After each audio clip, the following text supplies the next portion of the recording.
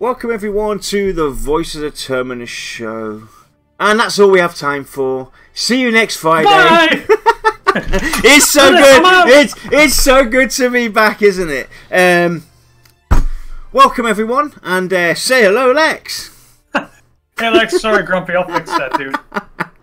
And we have Shy with us in the background as usual. Say hello, Shy. Hello. Awesome.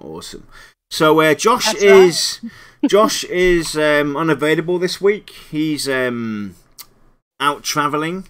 He'll be back next Friday. But today's topic is about adventures and quests. We're going to look at adventures and quests from a perspective of what VR could possibly do, what you guys out there would like to see.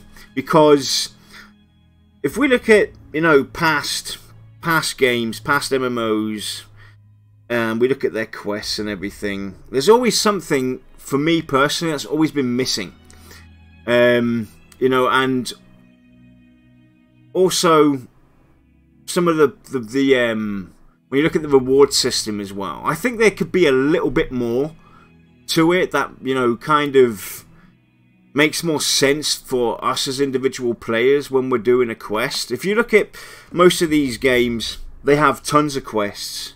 Go kill 10 of these, you go back, you get another quest, you do exactly the same thing, rinse and repeat over and over again until you've reached a certain faction point or whatever. And then you also look at some of these rewards that these NPCs are giving you, and it doesn't just quite fit right in. You get a quest from some old lady in a cabin in the woods, and she gives you tons of coin, this great item to use, and you look at this lady and she looks like she can hardly get along. So Lex, when you look at adventures and quests, right, what would you like to see happen when you take on a quest from a reward perspective? Would you like to see less coin, less reward, or more reward fitting the suitor, the quest giver? And what's your thoughts on it? You've played a lot of MMOs. You've got EverQuest that has thousands of quests in it. You have games that basically lead you on a path from one area to the next, going through a quest series. What would you like to see when you think about adventures and quests for Pantheon? Well, see, here's the thing. When it comes to quests, I generally skip through a lot of the dialogue, because quests have turned from a special thing where they were in EverQuest to a way to lead players to the next area. I want my quest to act somewhat meaningful again. No more of this, I need you to get me that book. It's like, but it's right there. Take 2 steps and Yeah. When it comes to the rewards, I think the reward has to fit the task. Like, there's obviously a couple, I call them FedEx quests. Take this item and take it to so-and-so. Now, chances are that unless this is like a super important message to the king about some crazy attack or something, it's probably not that important. Yeah. So why are you giving me like a magic sword? Or why are you giving me like this heirloom piece of armor that's been in your family for years? It's like, it's just a package. Give me a couple coins, we call it even, because it kind of fits, Yeah. The hard part about that is the economy varies day to day, server to server. What's worth 5 gold today might not be worth 5 gold tomorrow. Yeah. So the rewards for quests become more valuable or less valuable depending on the climate of the economy. That's very hard for a developer to kind of keep on par, because that's a lot of stuff to track to figure out how much this guy should pay you. Yeah. So no, go ahead. So if we look at the reward system, right? This is something I've been we've discussed this on and off the air for quite some time. You know, I've discussed it with other people as well. I would like to see some kind of smart reward system where you have multiple options. You know, you could maybe get more coin as a reward, but therefore less XP, or more XP, but therefore hardly any coin. Also, looking at, you know, what kind of NPC is giving me this quest. Is it some peasant? Is it some rich folk? Is it some you know, middle class person? Is it somebody who's industrial? Is it somebody who's a farmer? Is it somebody who's working as a stonemason, etc.? Going through all the different, you know, looking at the professions these people have, looking at, you know, their whereabouts, their background, where they come from, and then offering rewards based on that. So maybe like maybe I go to this stonemason. He's not going to have some great massive axe for me as a reward. He might have maybe this time some materials, some stone materials that I could use, some special stone or something that I could use, maybe not for myself, but for somebody in my guild who's a crafter in that area, or maybe the guild needs materials in general to build stuff. Things like that is what I think would add a twist to the whole system. Going a step further, taking a look at what your population, your NPC population, is about, and then also giving us the option as players to basically have a multitude of rewards. So maybe I don't want an item this time. Maybe I'm in dire need of some crafting materials. Maybe I'm in some dire need of coin. And then you could basically offer multiple ways to go about your quest reward. What do you think about something like that? I like it, but I would like it to be like a very broad spectrum, meaning, you know, if, say, you go to some mines and it's the foreman of the mine who's getting you to do this. Well, maybe all he can give you is some of the ore that they mine here, right? Where saying, I don't want the item to give me more money or give me more experience, technically might not be an option, because if you start stacking experience on top of a quest that has you fighting, suddenly you are almost imbalancing the questing to where all you should do is combat quests, right? Giving trade items in return for quests is actually a pretty, it's an okay reward, simply because the value scales with your economy. Depending on the rarity of it. Even if you're not a crafter, it's still valuable to someone, which makes it valuable to you. But there has to be at least a few quests where you can get some gear. But when it comes to those things, again, it's, you know, if you're helping a shop owner, well, he can provide you with an option of what you want. Well, you can take this chainmail armor, or you can take this helmet, or you can take this mace. You know, it makes sense because maybe it's a blacksmith shop. If it's a tailor and they're offering you a mace, it's like, you got some problems on this side of town or something? Because I don't see why you'd have a mace in here. Yeah, that's the other thing as well. You know, you look at some of these rewards, and some of these quests are role specific. You're a cleric, but you only get like a sword and a shield, you know, or a tower shield, I should say. Something that you can't necessarily use, or you get a ring or a necklace that has completely the wrong stats for you. You know, a slight chance or slight randomness, or more appropriate to, you know, something that gives you actual value. And I'd also like to see lesser trash items given out with these quests. You know, if I do a quest, you know, a quest should feel like an adventure. It should be something that sets me on a path to explore the world of Terminus, and by doing these quests, I get something that might hold some value to somebody in my group, or to somebody in my guild, or to myself. Right. At any point in time later down the road. Right. With when I first started playing EverQuest, and Ultima Online, all these other games, there were a good number of quests, but a lot of them weren't really worth doing. Unless you were just starting out, and any reward was a good reward. I've been a firm believer that if you're going to go on a quest, then it needs to feel like you're going on a quest. Yeah. Nowadays, when you take up a quest, it's kind of like, okay, here's your quest. Get out of bed. It's like, woo, that wasn't exactly it was more of a task, really.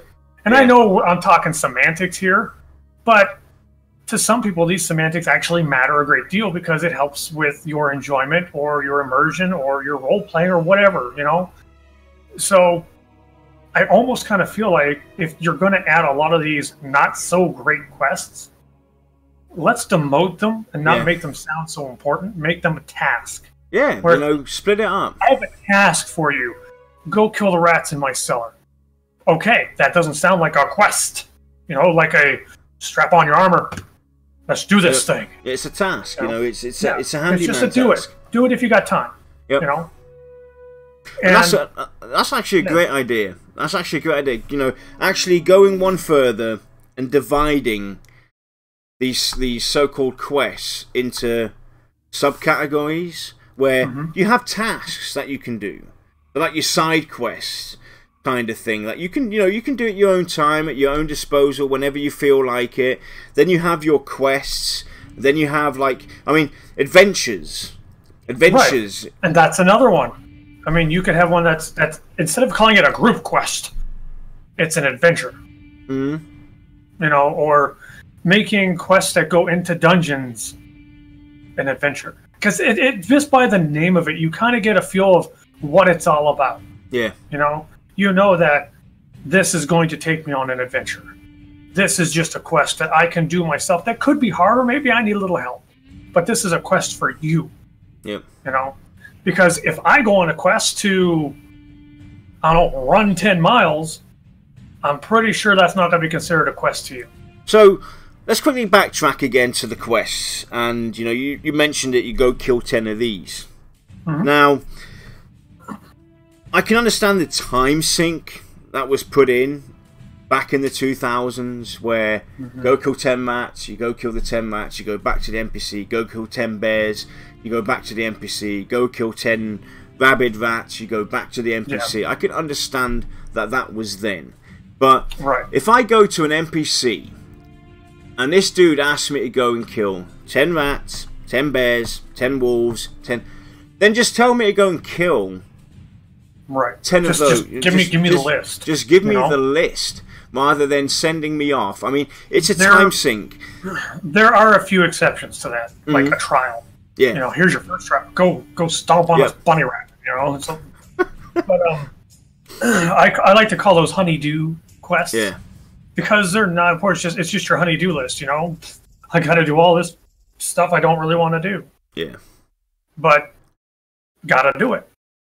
And the reason that a lot of quests have turned into time sinks is because players were consuming more content than could be created. So you had to sink time somewhere to give developers time to create more content. Yep. That's understandable. Definitely. But obviously that's the problem when your content's on rails. Exactly. And, when we look at Pantheon, though, they're really trying hard to deliver a fun system where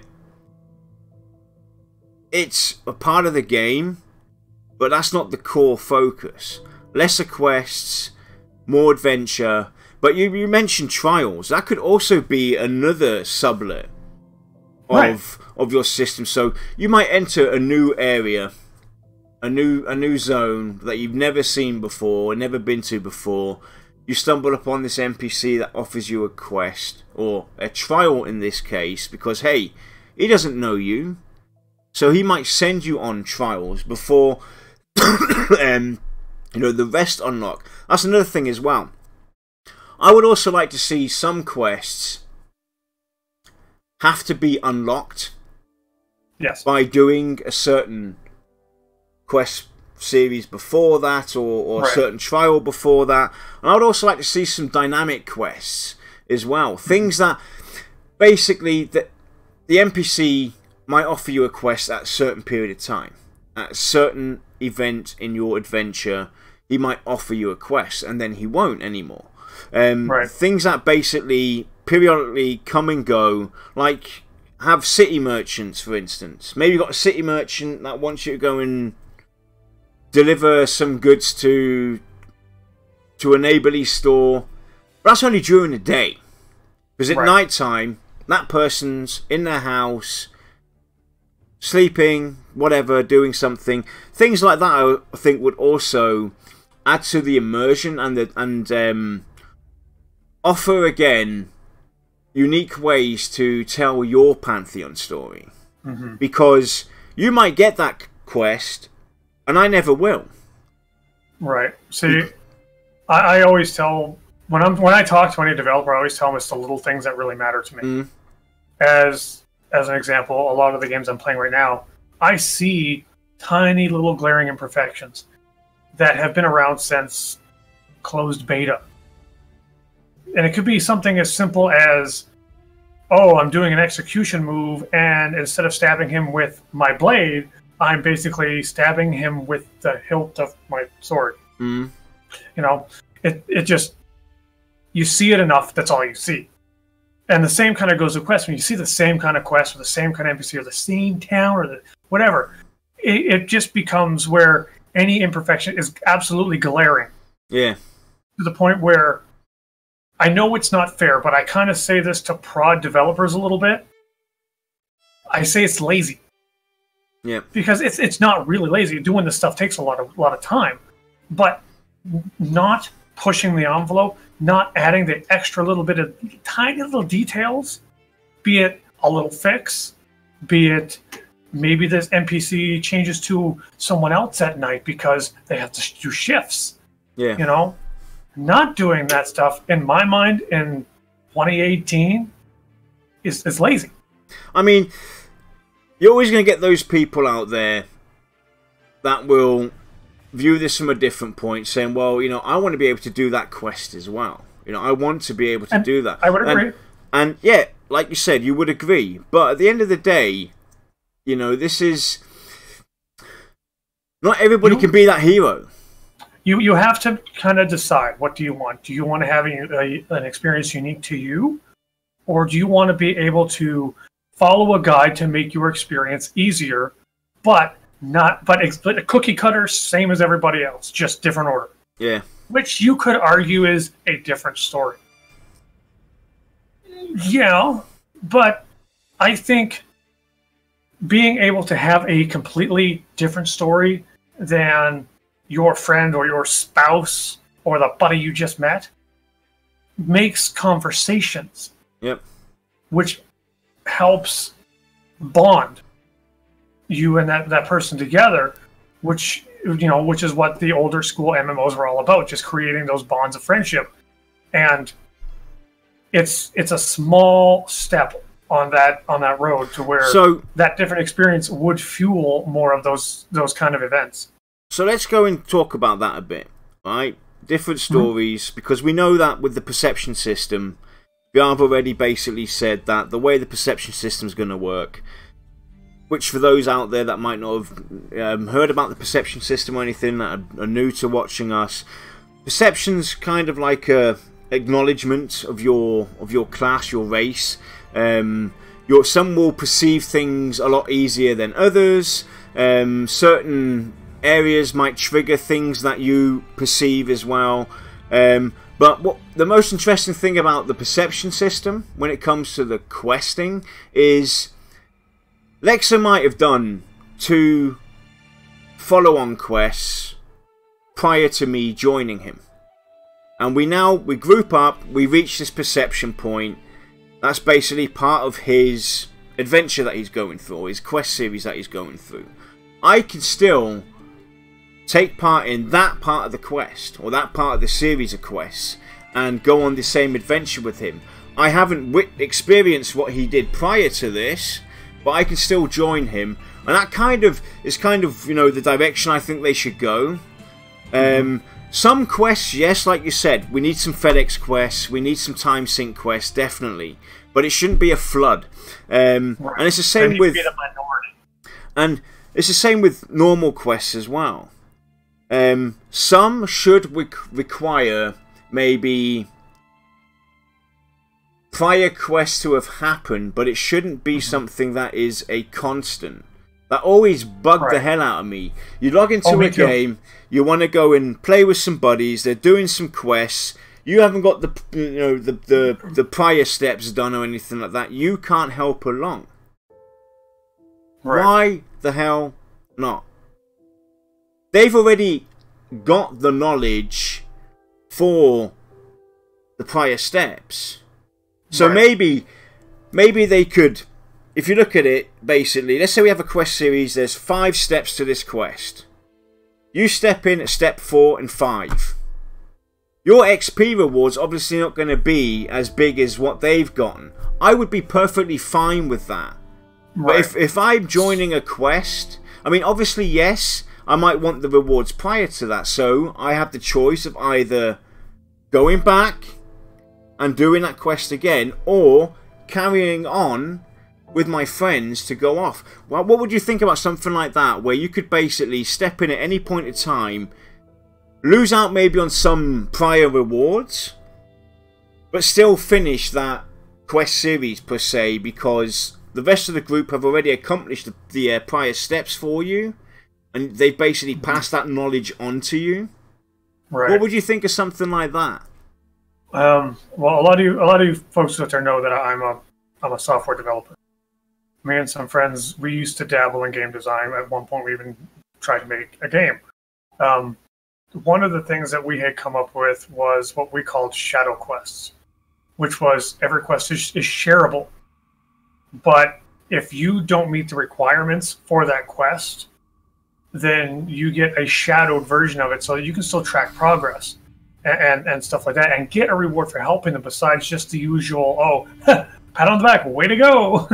And what it did was exactly that. It was like, obviously you didn't get any items because you didn't technically earn it without doing the rest, but you did get some money, you did get some experience. So there was a reason for you to stick with the group throughout the whole thing, because you wanted to get it done too. It also gave you a unique preview to getting it done, which there was nothing wrong with you going back and getting those prerequisites done so that you could do the full quest. But, is this a good fit for Pantheon? I frankly don't know, because I don't get to sit on the little secret meetings. I don't. It could be. It might be absolutely wrong for it, because I don't think anyone's ever done something like that. Yep, it's not really easy in this day and age. For the love of God, designing quests and everything, and making it fit and work to a point where everything's in sync. Everyone has their own expectations. You're never going to meet everybody's. But one of the challenges of a designer is trying to decide which is A, best for the game, B, is going to be most acceptable for your community. Yeah. It's not easy. You can't read people's minds, and unfortunately, outlets like Discord or forums, etc., you tend to get the very loud minority's opinion. So, just had a ding moment. Oh, light bulb? A light bulb moment. Right. Now, this might be frowned upon, but if you remember back when we talked about, I think it was factions or something like that, or whatever, or something to do with quests as well. We had the bulletin boards in some towns, where you could go to the bulletin board, you could maybe see what local quests are available, go hunt this person, or blah blah blah. Now, what about adding a system in where you might want to do this quest series with your friends, but they've already started it, And you could have maybe players, leave a note on the bulletin board that, hey, I want to start this quest series.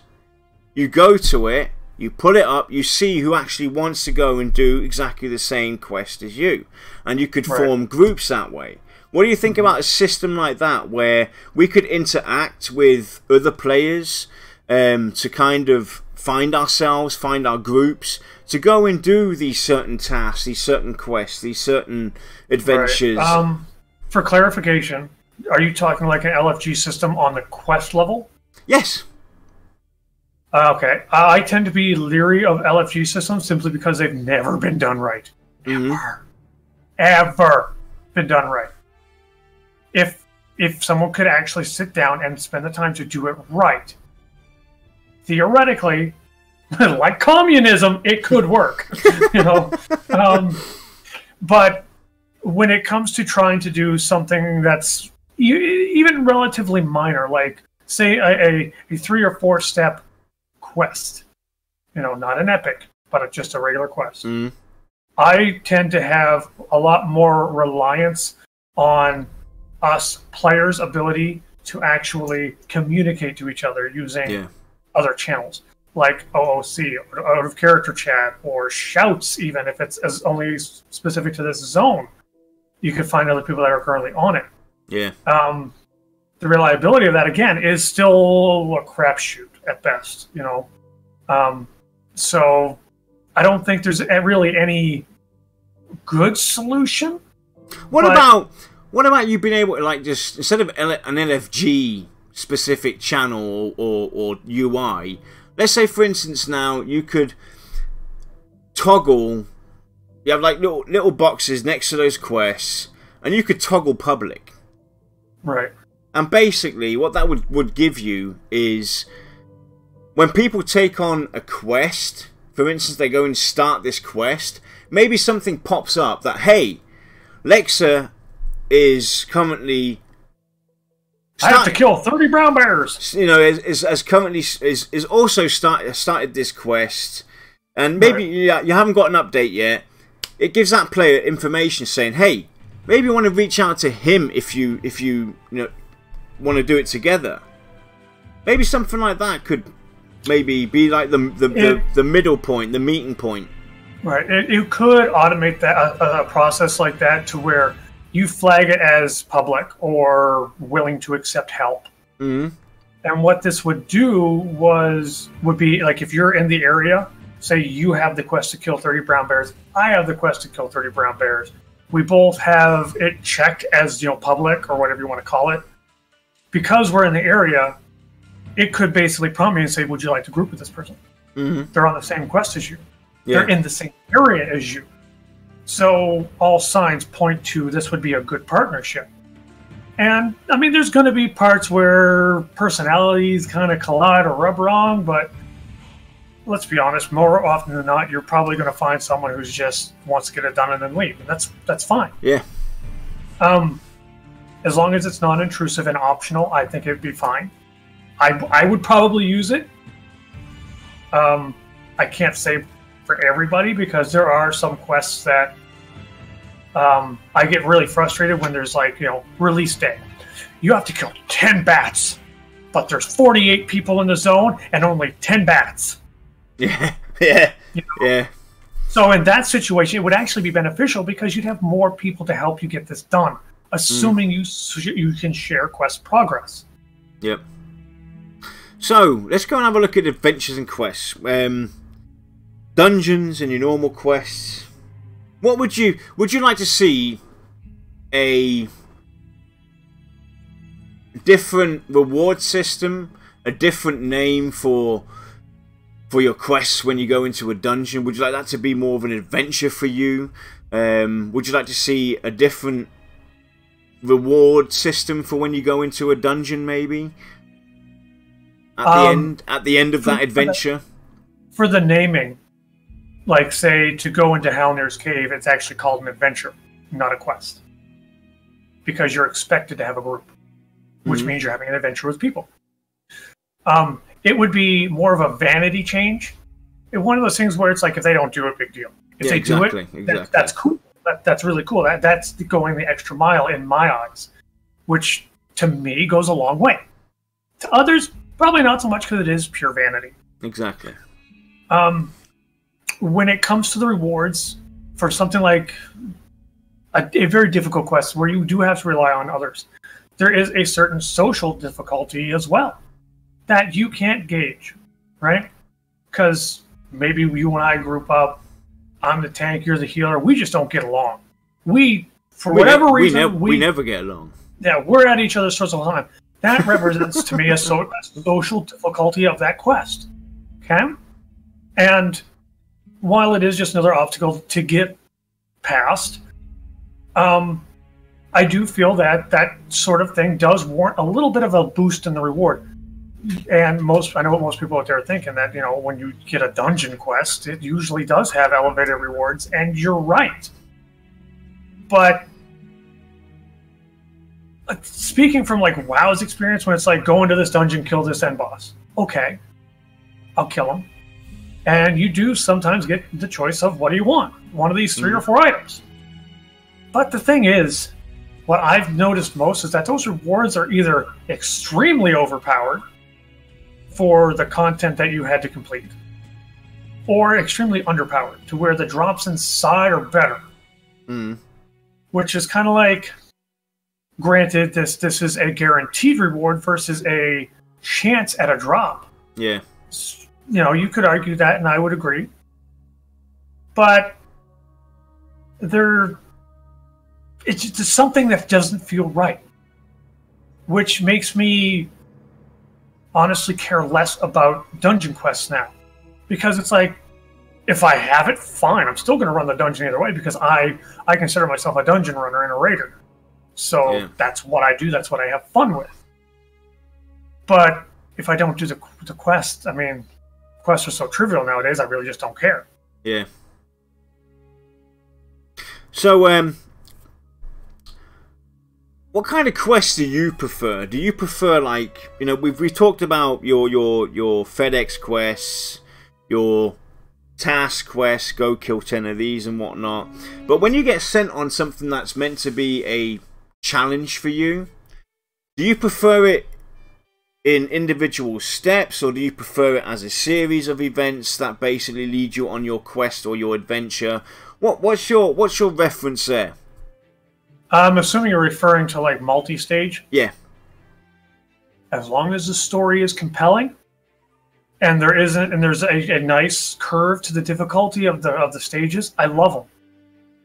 What usually turns me off of them is that there's no connection between them. It's like, okay, go kill these 10 rabbits. Okay, now go kill these 10 bears, and you're like, why? You know, you're just giving me arbitrary tasks to do. Yeah. And maybe the rabbits are level 4, you're level 6, and the bears are level 12. It's like, yeah, you go from Goomba stomping these things to, oh God, save me. Yeah. You know? So, to me, that's what I constitute as a rushed quest, because whoever made it wasn't thinking it through. Yeah, it should basically, if they're going to go multi-stage, they should look at the quest, go through that stage with a basic group for themselves, and get a feel for it. You know, to kind of balance it out, and, you know, give it its range from this level to that level. It's doable. You know, so that it's something that's compelling and fitting for that occasion when you reach that level. That brings you to the next one as well, though, Lex. So if we look at Black Rose Keep, that's a multi-level dungeon. Right. Now, we can presume that there will be quests in that dungeon that you take on that you might not be able to achieve because you're not quite fitting to that level. So you go back there at a later stage. Now, in general, I think that's a pretty cool system. I would like to see something like that happen across the board, where I might do a few quests at the very beginning with this certain NPC, and then 10 levels down the road, after I think I'm finished with this dude, I run past him, he might call out. He might do a different animation to get my attention. Because obviously we don't want the exclamation marks or anything like that. But would you like to see something like that where you have like quests in level stages spread out for you from certain NPCs maybe? I do enjoy that personally, but that's because it always brings me back to places that I might forget about. And it could be something like a guild says, oh god, I just hit level 30, we're in Black Rose Keep, and this guy all of a sudden hands me a quest to do this, and he gives me a great piece of armor. All of a sudden I'm sitting there going, maybe I should go back there. Yeah, let's go back there and try that out, you know. Because otherwise I might completely forget about the zone. With any luck, we have so many choices of dungeons, we just don't know what ones to do. Yeah. Which would be the best. There is something going up in chat that I would like to address when I talk about these like shadow quests and being able to like share everything. I'm not promoting jumping to the end, because let's assume you're helping someone with like an epic quest, right? It would be insane to just be like, oh, I'm level 30 and I'm helping on this quest and now I'm going to get the epic. No, you would be not getting any of that. You would basically just be getting some money and some experience for your time level boost. A little thank you for sticking it out. That's it. No leapfrogging. Absolutely not. You want the full rewards, you do the full quest. Because, I mean, if we look at the sharing quests, right, I don't see anything wrong with it. There can be some quests that might not be shareable, where you might have to earn the trust of an NPC because maybe Lexa has the faction. But the way I see it, if I've gone and spoke to my neighbour and asked if he has sugar, and now Lexa comes along and asks about sugar from my neighbour, I've got the knowledge to let him know that, hey, my neighbour wants me to go and get sugar from the shop. Right. So why can't I go with you? So why can't he go with me and join me on that adventure? Right. And the whole reason for giving some of a reward is kind of just more of an incentive. It's nothing big, nothing major, like, oh, I'm going to do this. He's level 30, I'm level 5. I'm going to do this. I'm going to get like 6 levels. It's like, no, that's blatantly and kind of obviously wrong. You know, it would be like, what would be acceptable for your level range? So it would not promote power leveling. Yeah. Kind of idea, because I absolutely despise power leveling. I hate pushing people through stuff. I hate being pulled through stuff. I'm a no-go on all that. But it would be nice to have an incentive for that assistance for a lot of people coming from something like WoW, where it's a very selfish culture. Yeah, in that game. If there's it's a way, all about me. If there's a way to kind of, you know, we are always about options, optional. Right. You know, if there's a way to find a balance to give people that want to use these kind of features without giving a disadvantage to those that don't. If you get the sense where I'm trying to go with this, I'd be perfectly fine with that, like a toggle on, toggle off kind of system where it's your preference how you want to experience the game. Right. You're not going to be at a disadvantage. You're not going to be at an advantage if you do use that system. It's just going to be a convenience for you. Because let's be honest, some things are very frustrating when it comes to these kind of things. You log into the game. You haven't been on all week. You've been dying to get in to spend some time with your friends, and you can't do anything with them because they've gone off, you know, obviously, and done their thing. You got a lot of catching up to do, but you still want to spend time with them. So, you know, and if we look at the social aspect of things, these are things that should be promoted as long as they are not making it easy, not breaking anything, breaking any balance between the game and the user itself. I'd be perfectly fine with tools like this because it's basically maintaining a better experience. Right. And honestly, that's really what we're hoping Pantheon is really all about. It's just the experience with other people. even if you're a solo player, you're going to have experiences with other people. It's just the way of the world. Exactly. I might go mow my lawn, which is a one-person task, but my neighbor might stop over and say hi. Yep. There's nothing wrong with that, but I'm not going to be like, hey, you want to mow the lawn with me? Why not? Why not? Why not, Lex? No, because you're going to chop my freaking foot off, that's why. So, kind of lost my thoughts here. I got one for you. How long should multi-stage quests be? I think, as well, when it comes to stuff like that, I like to see a mix, to be honest with you.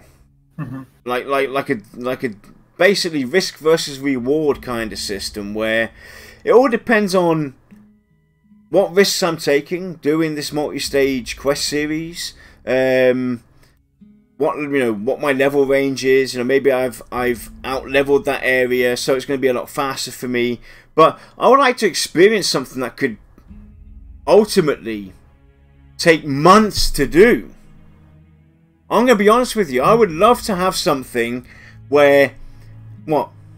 Wouldn't that technically be epic quests? It would be around that region. But, that's the thing, though. I would like to have something that isn't always accomplished right away. That maybe certain environmental events have to happen. Indulge me in the game, in the environment, in the world itself, and have that influence my quest experience as well. Maybe I have to go to this swamp for this quest series and gather a special piece of wood that's in the swamp pond. But it's been raining for months in that area. I can't quite get there, so I've got to wait till the dry season comes to get that piece of special wood, maybe. Things like that I would like to see happen that influence my experience when I'm doing a quest as well. I'm kind of past the grab a quest, don't read the dialogue, because it's basically pointless. And it's the same with the rewards as well. I like to see most of the rewards be something that I could utilize throughout my whole gaming experience. If I get this special ring, it's not just going to be for 10 levels. It's going to be something that's going to be useful to me, or something I could pass on to somebody. It has value regardless. It's not something you throw out after a couple of levels. I'm kind of right in that boat at the moment. Yeah, I mean, I see where you're coming from. I like the idea of the weather possibly changing up how something is done. But to me, it feels like it would be more of a novelty where if it happened all the time, it would become very annoying. Oh, yeah, definitely. The quests are becoming more of a hassle to actually do than to just... than for what I'm getting, But if they provide alternatives, like, say, if it's been raining in this area, the river's higher. Well, this bridge might be washed out, but the bigger bridge that's down here isn't. So you have to mentally figure out that you can go follow the stream and find a way across. Or you swim across. Yeah. Or whatever, It's things that mix it up, but only slight road bumps along the way was what makes things interesting. We don't want car wrecks on the way to the convenience store. Yeah, we want road bumps. You can have like this NPC basically ask you to go and gather this special flower across this river, but it's now the season where the tide's higher and it's faster, so you can't really literally just walk across. Like you said, you might have to find this bridge. Maybe the bridge is down this time, so maybe the NPC now offers you a tool for you to use this time around. Maybe you can get a rogue to use a rope. Yep, and that kind of offers a different experience as well when you're questing. You've done this quest, I've done this quest. You had it easy. You just walked across that river, grabbed that item, and you're done.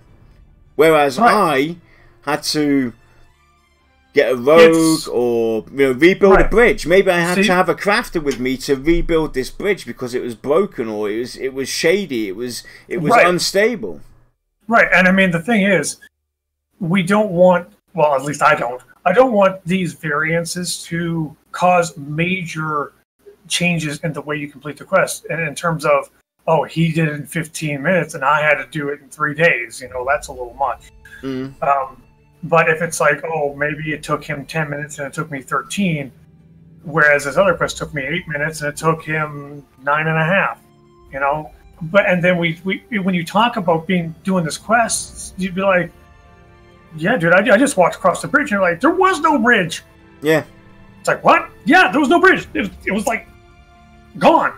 And all of a sudden you're like, no, really? It's like, yeah, dude. It strikes up a whole conversation, which is another blip on that social radar. And it kind of adds to that experience again as well. Where the world itself impacts what you do. And they don't have to do this across the board. But, for these, let's say, harder, challenging, risk versus reward, multi-stage quests, where it's something that's worth your while. Go that extra mile. Right. Maybe you have to go through a mountain pass. But guess what? This time, you want to go through there. The mountain's blocked because there was an avalanche. You now have to, instead of going through the pass, you have to go under the mountain. Right.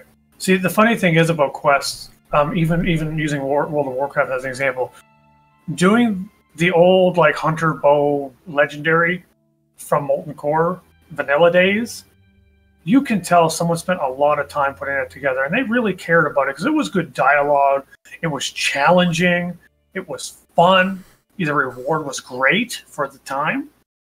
And then you can go to the Burning Crusade or Wrath of the Lich King or whatever, and those quests don't quite feel the same. And there's a reason. The people putting it together just don't care because they have a quota that they have to put in. Yep. Whereas back when that was not the case, because the game was a little bit more difficult, a little more time consuming, you could spend the time to make one very in-depth quest that would take someone 3 months to do. So, and you really felt the love and care that someone put into that thing. Would you also like to see quest NPCs affected by expansions as well? That might or have a connection to the previous world itself? That might change. So, let's say, for instance, now you got the world, and now there's an expansion out or there's an event going where this fire-breathing dragon is scorching the lands of Advenutres Pass and Throne Fast. Now, obviously, there's trouble in the mists. There's this raving dragon around. Maybe now the quests change a little bit. Maybe a quest isn't available, and this would be also maybe some time sink event, something that basically is for a period of time, and this would also kind of be a multi-server event as well, because on the one server they conquered this dragon or got rid of it within a day or two, whereas this other server had that issue where it took them maybe a month to do. So in that time frame, maybe a certain quest might not be quite available to you. It's not something that's going to be impacting your experience going forward. It's your typical in between side quest kind of thing. Right. What would you think about something like that? A dynamic event where, hell, there's a dragon flying about. I ain't going to stand around here offering people this quest. I'm going to get out of Dodge. I like the idea. I think it's way too late for Pantheon to do something like that.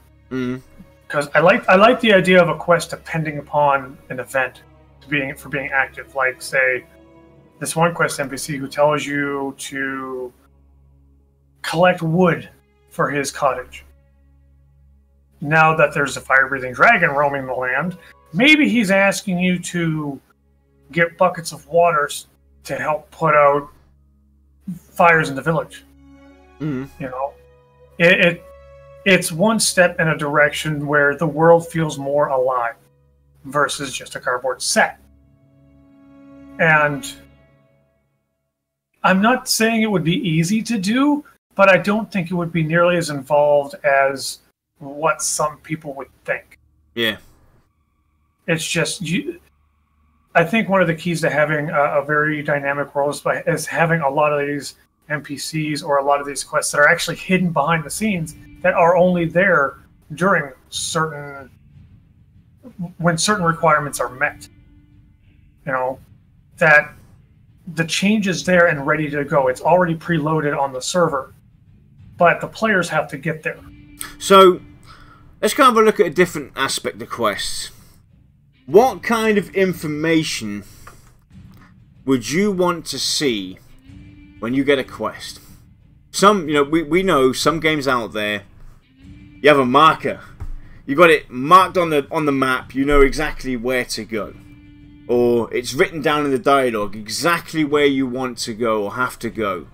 What would you want to see when you engage in Pantheon and you receive a quest? What would you see as relevant or information needed for you to get your bearings, get a general idea of what you want to do? Because we know in EverQuest there was just little hints of what you're possibly looking for or where you possibly have to go. You have to go roughly in the northeast region, right? You know, that way. What would you see as relevant information? Where would you kind of find the balance for that?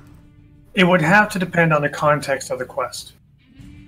If it's something like, oh, I lost, my brother's lost in the woods. Well, where were you? Last time I saw him, he was northwest by a stream. Okay, I've got something to go by. It feels like an investigation, like I'm tracking this boy, which is what this quest needs to feel like. If it's something like, you know, as an example, trying to think of an easy to swallow example here. Like, easy to swallow. Yeah. I was taking a nap under a tree. A skeleton scared me, and I left my shield at the tree. This is where the tree is. Can you go get it? That makes sense. He knows where it is, or at least he thinks he knows where it is. And even if that's not where it is, you should be provided with another step to go. Like maybe you're there and perception pops and says, "Oh, the shield is like it's not here," but you see footprints going off. Exactly. Okay. Or you see bear marks or something, or skeleton marks or something like that.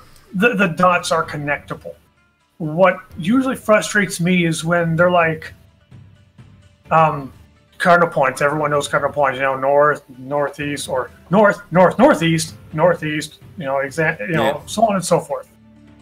A lot of these quests will say northeast when it's actually like northeast. Yeah. So, you know, you've got this narrow little band of direction that you should be going, but instead they widen the band by quite a significant amount, and you end up roaming around for 45 minutes trying to find this stupid thing. Yeah. You know, whereas if they had just told you northeast, because they're in the context of the quest, the dialogue tells you exactly it's precisely northeast of here. No, it's not. So either the person making the quest had no freaking idea what they were doing, or the NPC lied to me. Either way, I'm not happy. Yeah. You know?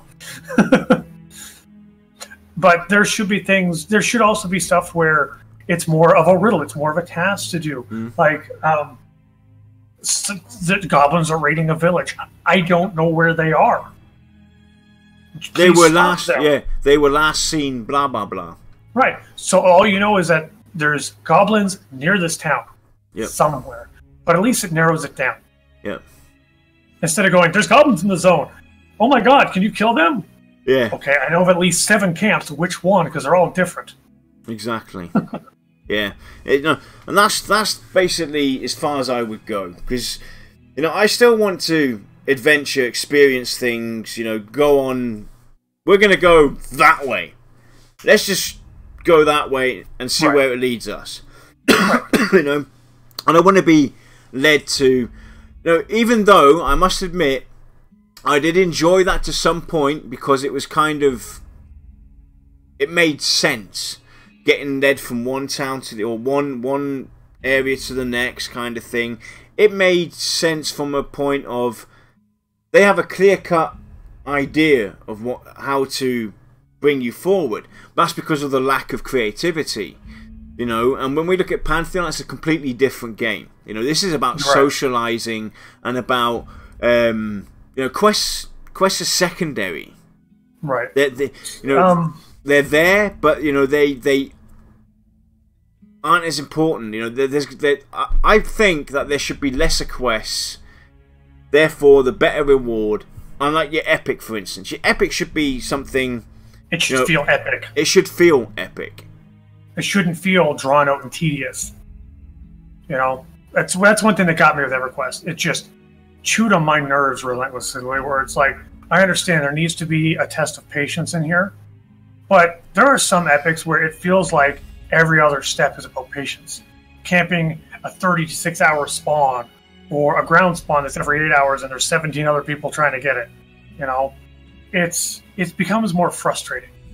And I think, I mean, granted, I know anyone out there who's ever made a quest for a game, even the people who've crafted their own and never went to online, you know, I'm not saying that these things are easy to do, but what I'm saying is I think I would have more respect for a game, its developers, and its content creators if I had a lower amount of quests that were of a significantly superior quality versus anyone else in the industry. Because to be honest, if I'm in WoW, I couldn't even tell you the last quest that stuck in my mind, because they're not from anywhere from Burning Crusade on, and that was the majority of my playtime, even though I started when it was launched, because 2 expansions more than vanilla, you know, in duration. But when you go to EverQuest, there are a couple ones that really stick out. Even in EverQuest 2, there are ones that really stick out, like the Shiny Brass Shield. Heritage Quest really sticks out to you. You know, would you like to see something like that? Like Heritage Quests? Yeah. I struggle to see how they would justify it without being a direct nod to Vanguard or EverQuest. I don't know if that would be acceptable, because I'm not really sure how the majority of people would react. If many people would even understand the references, because while, yes, most Pantheon gamers are coming from a more old school background, a lot of them might have even forgotten what the Shiny Brass Shield is, or maybe they came from EverQuest 2 or Ultima Online or from Vanilla WoW, and they're just like, what? I don't get it. You know, if context were attached to the quest to explain why this is an important item, what makes it so important, even if you're just thinking up a story, you know, then yeah. Absolutely, especially if they have like a housing system, not to the level of EverQuest 2, because that's a lot of work. It's great though. It was very nice. I didn't care for it myself, but I'm not a housing guy. Like being able to take something like that, to me, seeing a Shiny Brass Shield hung on the wall, it does strike a chord with me. Now you could take, say, whatever big bad two-handed sword is the best in WoW right now for warriors, and hang on the wall and be like, it looks cool, but that's about it. You know, which is kind of the same reaction I would expect from anybody that doesn't understand what these items are. But explaining, oh, this sword was wielded by so and so who did this and that. I mean, if I understand that it's a big deal and that's an important item, I tend to have a little more awe towards it. Versus, yeah, it's a real fancy model. So, I got one for you. We all know Brad's famous for this kind of stuff. You know, these so-called, you know, the fiery Avenger, right? Or, you know, there's this special ring, and you know, we've seen the videos 1,000 times on YouTube. Is this actually a thing in EverQuest, or is it not a thing in EverQuest? You have this random item and everything. Now, would you like to see something like that? Maybe where you have random items, you've got all 3, you've got maybe somebody in your group who has a certain perception or a certain understanding to a language, and all of a sudden maybe it comes together, and this now opens up a complete new quest where you were completely unaware about even existed. Because you had a piece, I had a piece, and Shy had a piece. I would squeal like a little girl. I would be so happy. Like even if it was something that looked like a trash item, like a broken sword, or a broken sword hilt. Maybe someone gives a perception saying, you need to look at that. But how would you go about it? Because, I've had items in EverQuest 2, I'm sure Shy remembers as well, that where it says, this item is a quest item. No. Or begins a quest or something, right? has a weird glare. It's not sellable, it's not usable. All it says is it has a weird glare on it, it has a weird shimmer. Or this could be, this could be this item seems to have some kind of value. But you can't do anything with it. You just have it. It's just an item you have. There's nothing going on. Now, how would you go about it, though, for you to kind of... I mean, yeah, it should be a... You're lucky that you discovered it kind of thing at the same time, but there should also be some kind of limitation as to... It's... losing out on it. How would you go about something like that? To me, I want Pantheon to be like a 10+ year game. Yeah, definitely.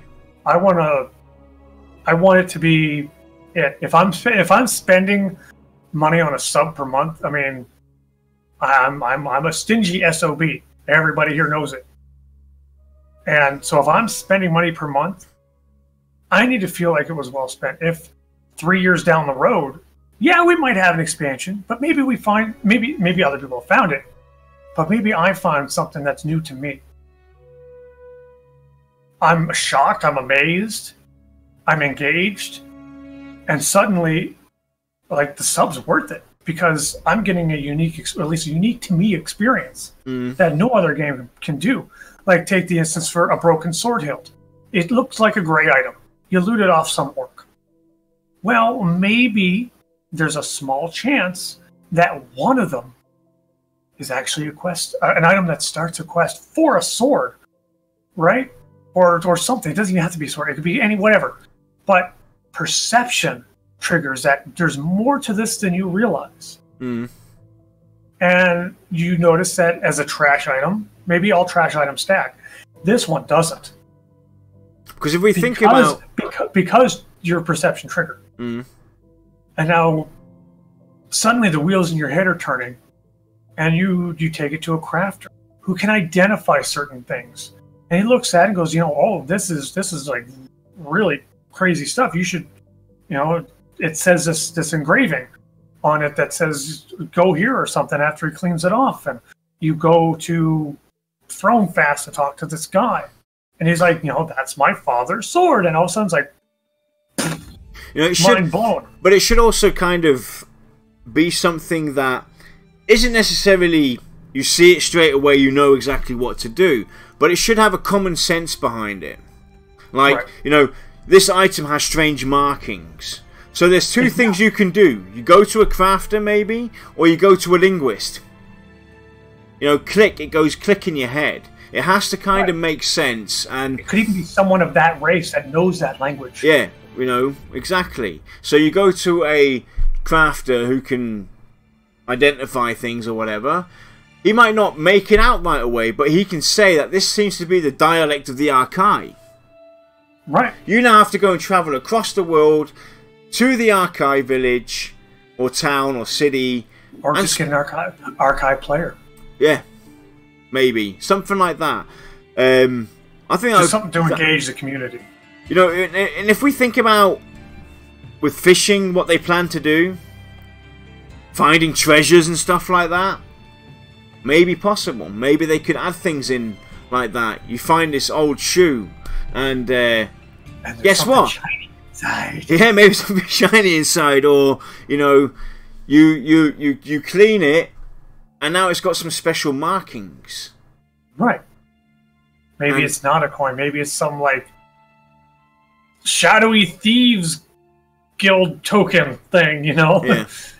I mean, there are a lot of options that can be done, but the question is, will VR take advantage of some of these options? Will they try to break away from the mold? Yep. For one, I hope so, because otherwise, if they are content with the average day quest, I, for one, am going to be very disappointed.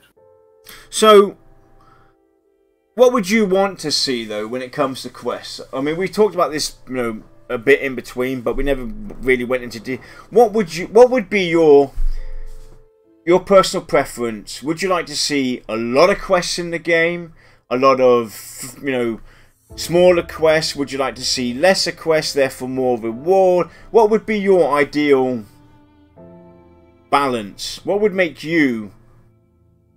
I would like to see lots of tasks being fairly unimportant. Because let's face it, in Pantheon, you're not going to start off as a hero. If you want to be a hero, then you need to be the hero. You need to work for it. You need to be a hero if you want to be a hero in Pantheon. You know, kind of the way it was in EverQuest. So I would like to see a lot of tasks, a lot of like menial tasks for just the average Joe that do make sense. You know, not this, you know, there's a book on that bookshelf. Go get it for me. It's like, you got 2 feet and a heartbeat. You go get it. But quests, as I define them, being very important things for you to do, I would like to see those relatively uncommon, to where it matters that you picked one up. Whereas a task, you could abandon half of them. You could abandon everyone that you got every day and pick up a whole new list and just see how many you can get done, and that's fine. But I don't want them to become the primary means of experience. So I would prefer them to have small rewards. You know, like maybe some silver coins. That would be actually a good show to do as well. Right. Talk about experience. Where and how you could gain experience rather than just going through your typical structure. Anyway, sorry. Right. Yeah, because, I mean, the last thing I want is to steer back into this quest hub style of gameplay, because holy jumping, that is boring. But, I mean, let's face it, out in the world, there are things to do. In the real world, there's gutters that got to be cleaned, lawns that need to be mowed, dogs that need to be walked, cars that got to be washed. There's tons of stuff to do. And there are people out there that are willing to pay you to do them, even if they don't really know you. You know, because, granted, I'm older, but I remember going house to house asking people if there's something I can do for money. Yep. So why can't it be like that? You know, I'm not talking every single person in every village has something like that, but there should be some that makes sense. Like towns, for instance. The major towns, maybe there's actually a special task system where you can kind of earn faction or earn respect or something like that to kind of help you move along in the ranks of that city, for instance, to gain a certain you know, advantage or whatever. You know, you want to become a towns craft. You want to be known as a townsman crafter. You are specifically. You also get special tasks that you can craft for the city itself, but you know, and you get a title and all that kind of stuff. Right. Let's go out a completely theoretical branch here. Let's just say, as a crafter, you can actually dedicate yourself to a village. I would love that. You set up shop there. This is your community now. So every sale you make, every job you do helps the community. So maybe they provide you a task. Oh, I need a new set of horseshoes. Yep. Oh God, my wagon wheel broke. You know. Oh, I need some new gardening tools. So, and that would definitely give you rep. it could also affect your reputation. Could also affect your reward. Mm. So, talking on that note, though, with crafters as well, let's have a look at that aspect. Let's say, for instance, now you are a crafter and you are an adventurer. Would you like certain NPCs maybe to offer you both ways to go about it? Maybe they send. I mean, Basgrim already talked. You know, when he played Pantheon, I think it was PAX or Twitch or whatever it was. You know, he already talked about this as well, where you have multiple options on how to do this task. You have a craftable way to go about it. You have a FedEx way to go about it. You have a combat way to go about it. Would you like to see? Would you like to see a mix of that as well, spread out through the board? Absolutely, because I guess you could say I'm kind of a moody gamer. And I don't mean moody as in I'm pissy one day and I'm happy the next. I'm more of a... I play a game based upon how I'm feeling at that moment. If I'm angry, then I'm going to kill everything in sight. I don't care what. You give me an option, that's what I'm doing. But if I'm having a bad day and I need to vent and just lay waste, the last thing I want to do is spend 20 minutes running down the road to give someone a package. Yeah. Because that's going to make me even more aggravated, and I'm playing a game to remove my aggravation. If I'm in a very mellow mood, and maybe I'm into crafting in Pantheon, then yeah, crafting would be a great way to just relax and, you know, get it done and enjoy myself a little bit. Or maybe I'm getting sick of this town that I'm in. So maybe the FedEx will take me somewhere I've never been before, and I'm feeling a little adventurous. You know, and let's go and talk about these FedEx quests, though, right? Mm-hmm. FedEx quests, stuff like that. You know, go from A to B or deliver a message, all this kind of stuff.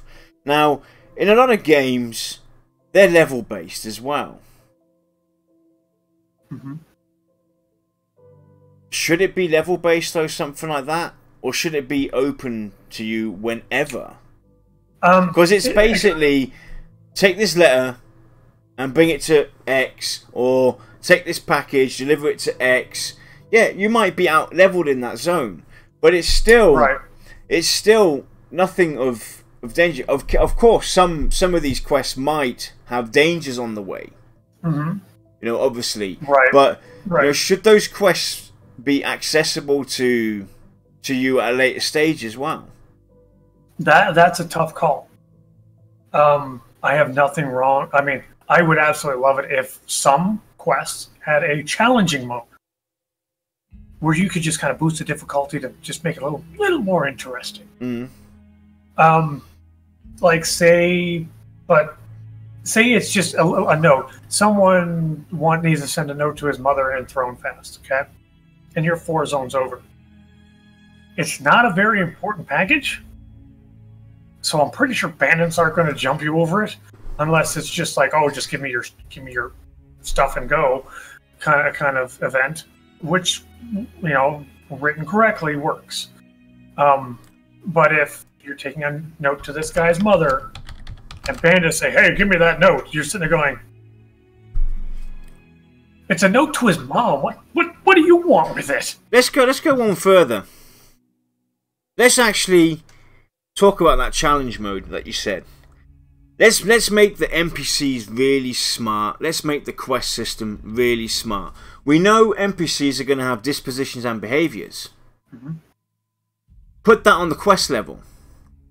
Basically meaning, now that NPC not the same way every time.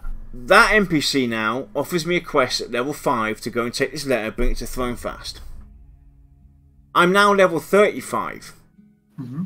I missed that NPC for whatever reason. I now go speak to that NPC because the reason I'm talking about this and bringing this up is I love quests. I have to do every single quest there is. It's just how I am. I'm that OCD guy who tries and accomplishes everything in the game that has to offer. So now I'm 35. I go to this NPC. That person might not send me to Thronefast this time to go and deliver a letter to his mum. I might now have to go into Black Rose Keep and find some captain or something like that and deliver that letter off to him. Right. Add a smart system to it. What would you think about something like that, where you have multiple stages where this quest is offered to you, so you don't kind of, for those that don't want to miss out, they're not going to get the same quest as the level 5 person, but they're going to get a quest from that NPC.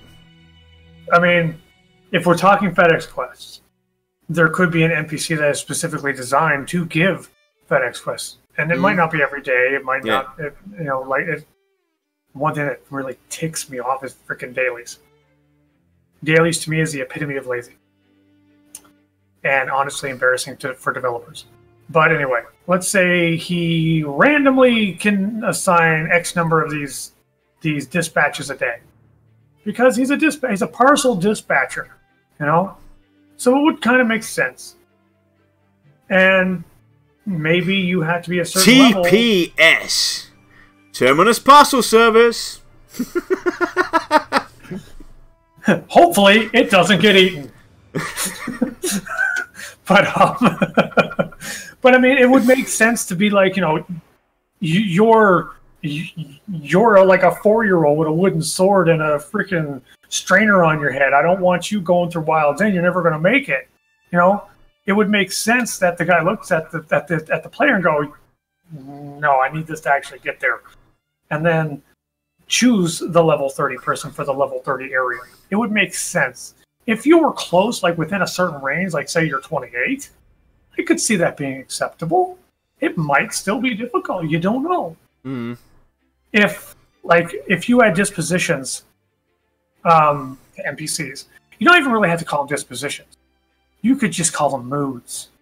Yeah. Maybe the dispatcher's having a bad day and he's in the pissy mood. So now you're level 15 and he sent you into a level 30 zone. That would be pretty cool, dude.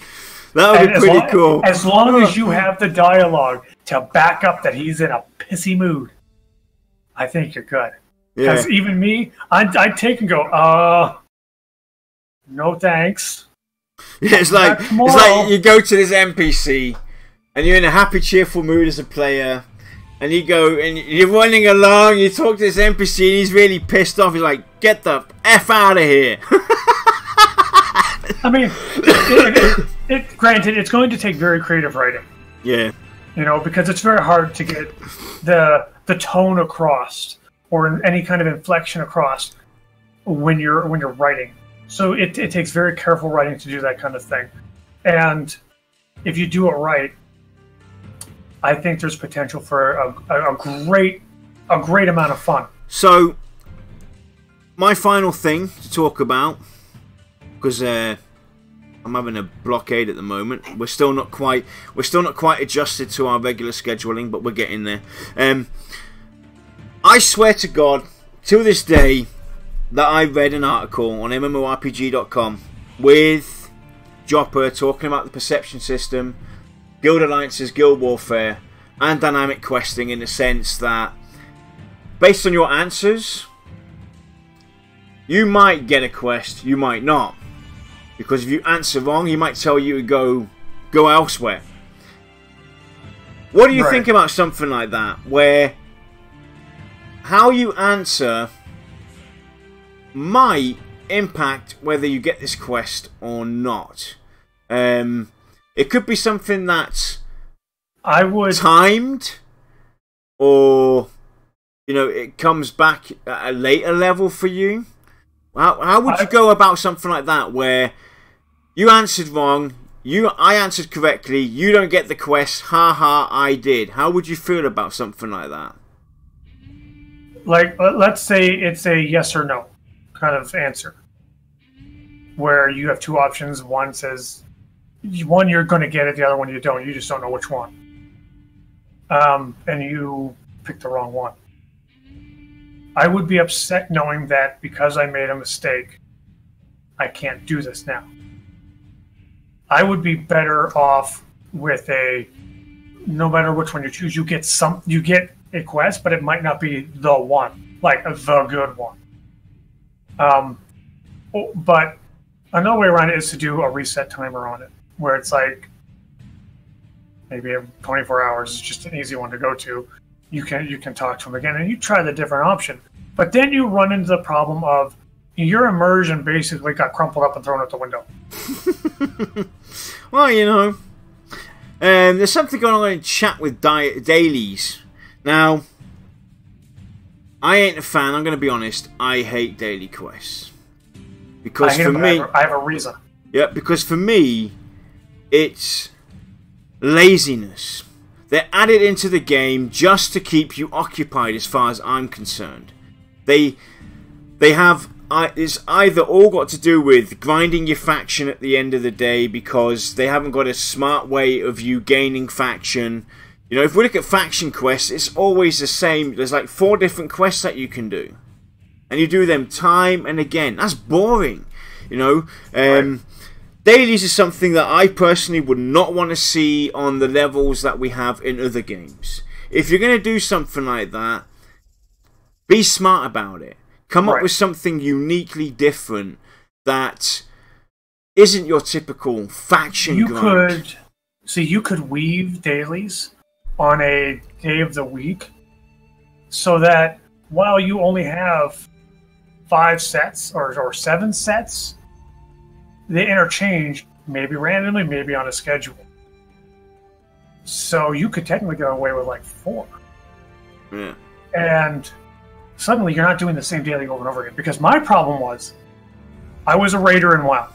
You know, we were raiding Next Ramus, I think it was, 25-man, like 2 weeks after the freaking thing came out.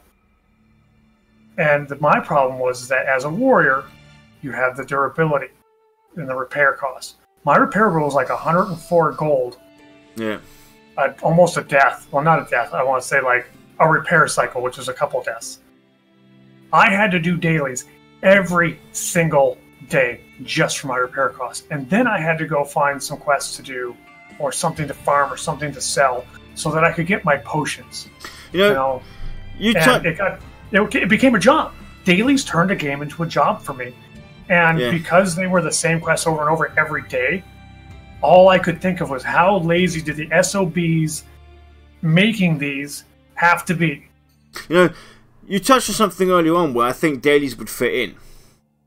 You know, like a crafter becoming a part of this community in this small village. Right. That's where I could see dailies making sense. Where it's something that gives you, you know, it helps you advance your way of becoming a part of this community as a crafter. You know, gaining your title, gaining your right to be called a city crafter or whatever, if they have something like that. That's where I would like to see, you know, the dailies come into play, where you might do something for your hometown, where you're from.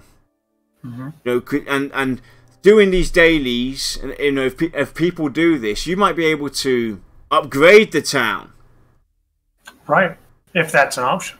You know, if that is an option, exactly. Or even just get a bigger shop. Yeah. Maybe like a big trend in games right now is getting like these hirelings that do a lot of like gathering and stuff where you have like the stuff that's not really worth your time. And it does make sense to a point.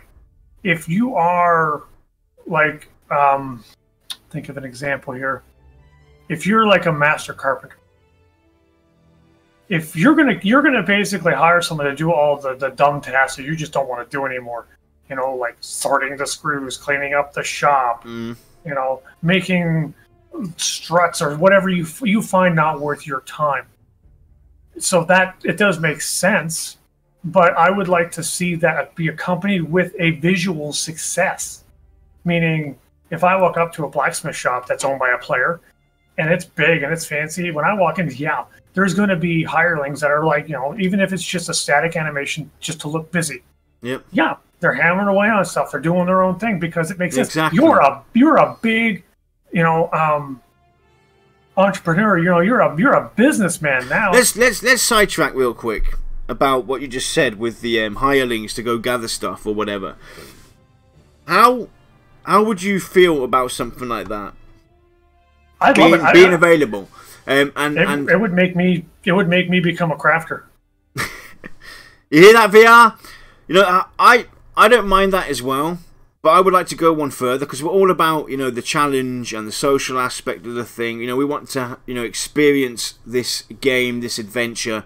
If I have a hireling to go gather wood, or go gather whatever, or go clean up my shop, whatever, and it should cost you something. It should cost me something, and I should be able to choose if I want this guy to go out gathering for 8 hours in a dangerous area. Risk versus reward comes into play, and it's going to cost me dearly to have him go gather for 8 hours, rather than him coming back every 2 hours and I go send them off again. That really bugged me. You know, just click, off you go gather that, give me your resources, done. Yeah. You know, I want to have more interaction with the NPCs. Right. One of the easy ways to determine if something really fits is try to look at it from both perspectives. Like, for instance, look at it from the player who's the smith owner, and then look at it from the hireling, who is the NPC. If you were that hireling, would you go do that for free? No. Then why should they? Yep. You know, it's that little detail that shows you go the extra mile that sets you apart from everybody else. What about, you know, let's say you do have these hirelings. We know there's going to be special tools for the crafters to use, and they're going to be tiered as well. They're going to have different tiers and different values and everything. What if you could pass those on? I'm sorry that we're sidetracking here, but this brings us into next week's topic as well. Anyway, you could basically upgrade your hireling's tools that make him bring back more. I would love to see something like that. Yeah, I mean, I would love, as a person who doesn't craft, that would dearly want to craft, if it could just hold on to me. I mean, crafting as it is nowadays, it's very one-dimensional. There's not a lot to it. What's wrong? Like, say as a smithy, as an example, you could make a smith. You could get hirelings when you get to a certain stage of a smithy, because you don't want to have 4 people in a one-room little place. It gets kind of cramped and everyone starts to smell like feet, and it's not enjoyable. But there's no reason you couldn't buy him a wagon. Yeah. You know, there's no reason, honestly. Don't get me started on the pack pony, dude. But there's also no reason that your business shouldn't have hardships. Yeah. Maybe the guy, your hireling, feels like he's gotten all the experience he can here, and he moves on. Yeah. You got to hire another one, because you go from being a small crafter to a big crafter, which turns you from being maybe the underling of a crafter in Thronefast, doing all these little tiny tasks. Yeah, imagine owning the shop. And now you've got to deal with the trials and tribulations of being a shop owner. So you now have like a trade simulation also as well. Something. This is also another time sink. You could work your ass off to become a shop owner, because that's the next big thing. That's the biggest thing that you could do in your hometown or whatever, is open up a shop and be known. You know, you get better wholesale prices. You get better buy prices when you go and buy stuff. Now, you know? but anyway, if you own the shop, there's also potential for player triggered quests. You could put in a request. Oh, I want a great sword of strength. I just got myself, well, not a quest, but I got myself a task now that's provided by another player. Yeah. And as a shop owner, or even just a small time shop owner, I'm like, you know, I got something to do. I have a purpose. Ooh. It's the commission system, basically. Player-made tasks. Yeah. For crafters. Basically... Not even just crafters. What if a crafter put in a request to an adventurer? Yep. I need ore from freaking, what was it called? Amber Fate. Yep. You know, stuff like that. I think that would be pretty cool. That adds to the challenge, to the competitiveness, the competitive nature that we have. You know, first come, first serve kind of thing. You can have like a again, I go back to my wood board where you can look it up. You know, you can look up crafters who are asking for stuff or adventurers looking for stuff. And then basically off you go. Challenge accepted. I take on this task. You know, and it doesn't necessarily have to even be a challenge. Basically, the first one to come, take on that task. That task has disappeared. It's now up to that person to deliver. And then, well, no, you could go a step further and say when you accept it, it stays on the board until it's been fulfilled, or something like that. Yeah. Because now there's competition. Exactly. So anyway, so you competitive people out there get that fixed too. Yep. So anyway, I think we've talked enough about this to get the ball rolling. That's the downside to no scripts is like we take what should have been like an hour show and we're at what, an hour and 32 minutes. Yeah, something like that. Yeah. Anyway, next week we'll be talking about the harvesting that was revealed in the newsletter. We're going to look into that and look at the previous information that we have all surrounding that. That was what our next discussion will be next Friday. We hope you enjoyed yourselves. Shy, are there any questions or ideas, thoughts from chat? Nope, we're all good. As I say, one's telling me to go someplace very hot. Do not count. So, thanks for joining us. It's good to be back. Even though we're quite not there yet, where we want to be, but we'll get there. And we'll see you all next Friday. Same channel, different topic. Have a great weekend, everyone. And thanks for popping in. And we'll see you all next time. Be safe, everybody. Have a wonderful weekend.